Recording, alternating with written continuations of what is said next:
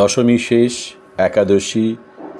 দশমীতেই স্বামীর ঘরে চলে গিয়েছেন উমা, কিন্তু শরতের আকাশ কালো, মেঘে ঢাকা, পেঁজা তুলোর কোনো চিহ্নমাত্র নেই।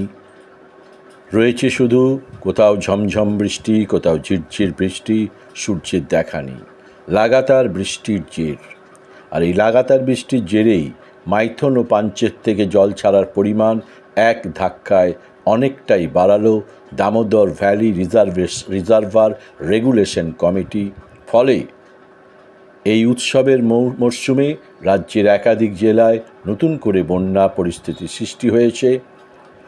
নবমী থেকেই পশ্চিম বর্ধমান জেলার আসানসোল, দুর্গাপুরের পাশাপাশি দক্ষিণবঙ্গের সব জেলায় টানা বৃষ্টি শুরু হয়েছে। দশমী অর্থাৎ বৃহস্পতিবার সারাদিন ধরে বৃষ্টি হয়েছে। শুক্রবার একাদশী সকাল থেকেই একই পরিস্থিতি।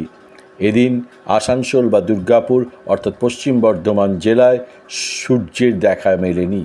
একই অবস্থা পাশের রাজ্য ঝাড়খণ্ডে, সেখানেও বৃষ্টির জেরে তেনুঘাট থেকে জল ছাড়ার পরিমাণ বাড়ানো হয়েছে, যে কারণে মাইথন ও পাঞ্চেত থেকে জল ছাড়ার পরিমাণ বৃহস্পতিবার সন্ধ্যার পরে ও শুক্রবার সকালে বেড়েছে।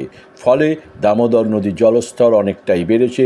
একই কারণে দুর্গাপুর জলাধার থেকেও জল ছাড়ার পরিমাণ বাড়ানো হয়েছে বলে জানা গিয়েছে।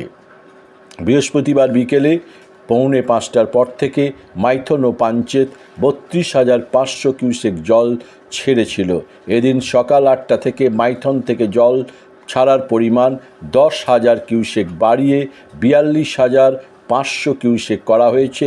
পাঞ্চেত জলাধার থেকে 5,000 কমিয়ে 27,500 কিউসেক করা হয়েছে। দুর্গাপুর থেকে শুক্রবার সকাল 7টা থেকে 59,075 কিউসেক জল ছাড়া হয়েছে।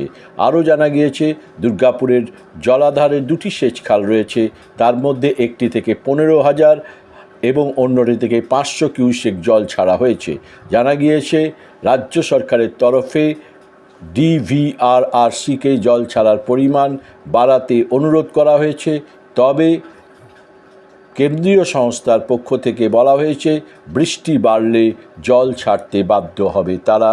অর্থাৎ আবার বন্যার আশঙ্কায় ভুগছে দক্ষিণবঙ্গের বেশ কিছু